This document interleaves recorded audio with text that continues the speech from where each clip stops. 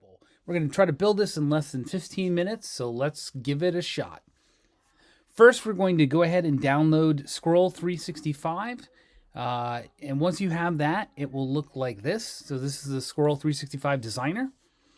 Here's an example of the app that's all built, but we're going to just go ahead and come in and look at what it would you'd look at when you first open it for the first time. It would allow you to create your first project, and you could just start a blank project, and I'm not going to save the one I've already built. I'm going to start fresh.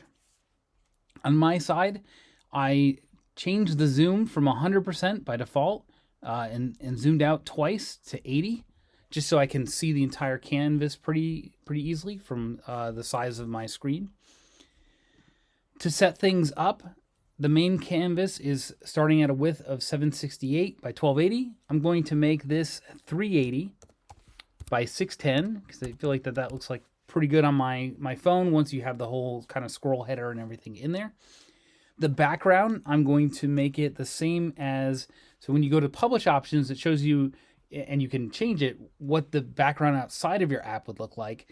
And they have it as DF, and I'm going to copy that and paste it into my own background. So it is all seamless. Both the app and the area around the app all look the same.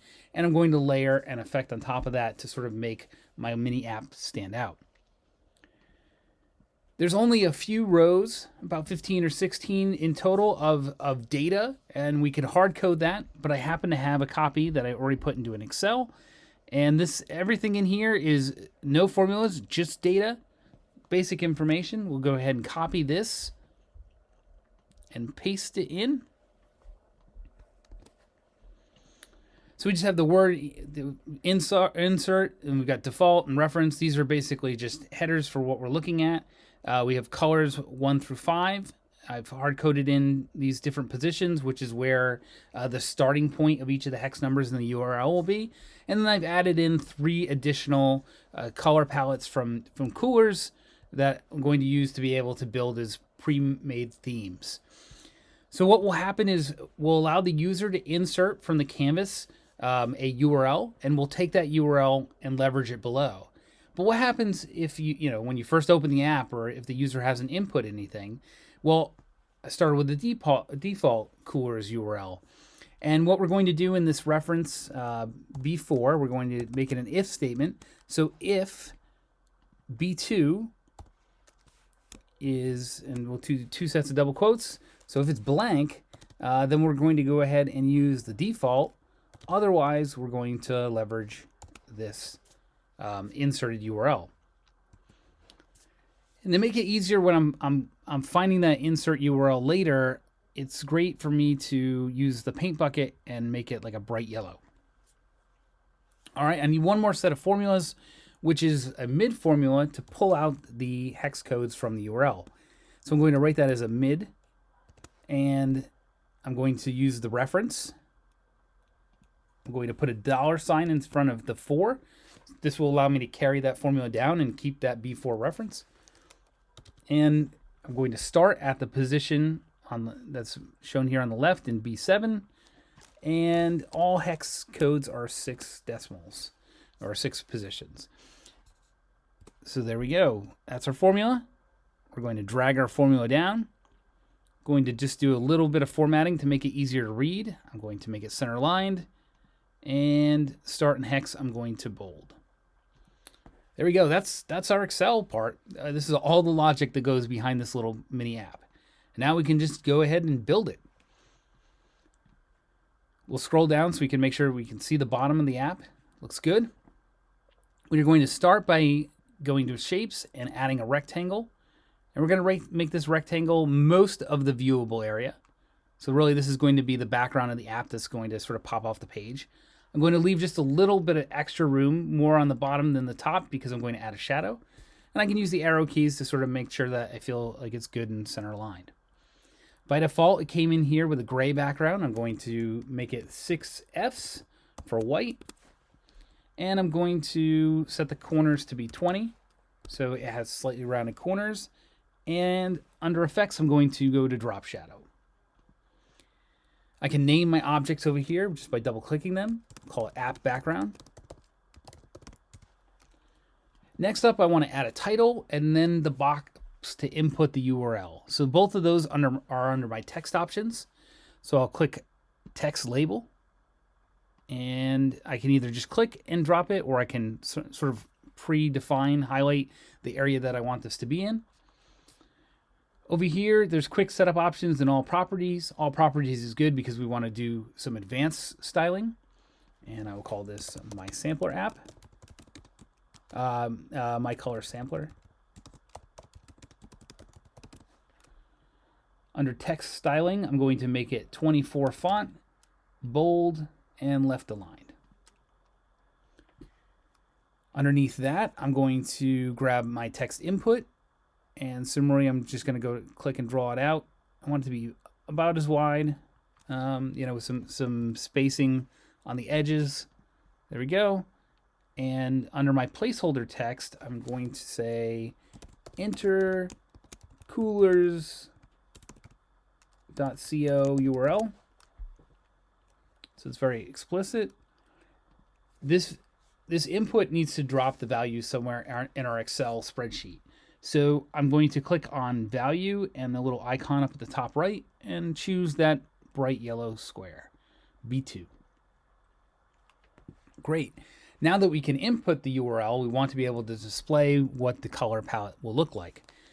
I'm going to go to shapes and take a rectangle, and I'm going to need to make about 5 of these. So it feels like a width of 50.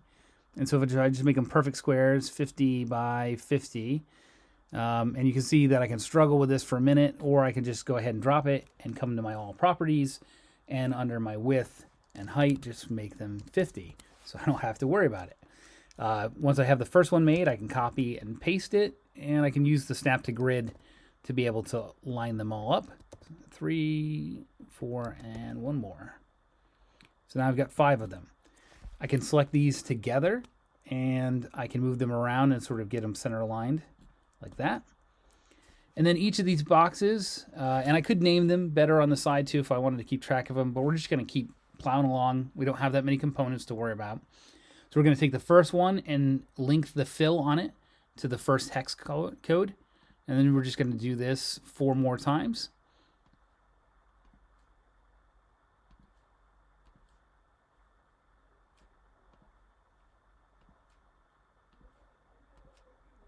Almost done.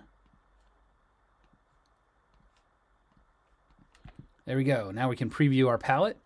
In the example app, I have a donut chart, so we're going to go up to charts. And the pie chart with this option will have a donut hole in the middle by default. I'm going to highlight it to make it about as wide as the input box above, and I'm going to leave space below it for my theme buttons, my pre-built themes. Here, under quick setup, let me uncheck show legend, and I can just delete the title because I don't need one. Under all properties, I need to load some data, so I need some dummy data. For values, I'm going to click here and link those to my start numbers because it's really arbitrary. I just want to have a graphical version of this. So I'll click confirm. Under labels, these work like series do in Excel, and I'm going to highlight color 1 through color 5 and confirm that. Once I've linked to these series, I can color those series. So here under colors, I'll have to go through and do this 5 more times, but color 1, and then link it to the appropriate hex, and then just keep going through and doing that. But every time we change the colors now that are in the spreadsheet, it'll all update in the chart, which is pretty neat. Almost there. Here we go. All right. Now we want to build some pre-built themes that somebody could click on the button to be able to toggle through quickly. That way, if they don't have a Coolers URL readily available and they just want to sort of demo it, it gives them something to look at and interact with without needing to do more work. To start there, I want a control push button. So I'm going to go to controls and grab push button. And I'm going to just kind of draw it out here. I don't want it to be too wide because I want 3 across, and I want to make sure that you can use it on a mobile device. So approximate what that might look like. By default, the color is coming through pretty dark. I would like it to be a lot lighter, but but not quite white, with like our background. So I'm going to go F0, F0, F0, and that will be kind of a dark gray. And by default, it makes the button label darker. I could still make it darker still, but that's not a bad way to go about it. Let me click on it and see if there's anything else I need to do. By default, it's going to have some button styling and interactivity. So let's take a look at button styling. What would happen if I hover? So that doesn't look too bad. I can probably actually take the hover states as they are. So let's give it a shot. That looks reasonable. I'm going to make my button text say theme 1 for the first one. And here's the key for buttons. They have a source and a destination. So I'm going to first reference the source as the first URL and click confirm.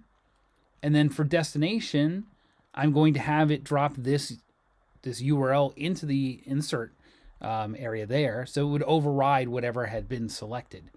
And I'll click confirm. Now I can copy this theme 1, paste it, make sure it's sort of aligned horizontally. Vertically. Okay, well, now I really want them to be distributed evenly horizontally. So let me use that. Arrange, distribute. There we go. Looks good. But they're still copies. So let me come in here and change this one to be theme 2. And I don't need to change this destination, just its source. So I'll make this one B15. And for theme 3,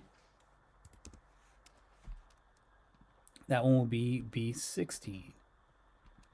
Now's a good time to save it if you don't want to lose your work. But we can preview. Here we go. And try out the themes. We could choose to round the corners on the buttons or style anything differently as you choose. But there we go. That's the short of it right there. From here, if you want to share it with other people, you go to publish and publish to the cloud. Once it's up there on the cloud, you just have to enable the app because you can be working on multiple apps. In fact, you can work on more apps than you have the availability to publish. And then you can, if it's say 1, you can just go ahead and choose which one you have published at any given time. All right, thanks so much.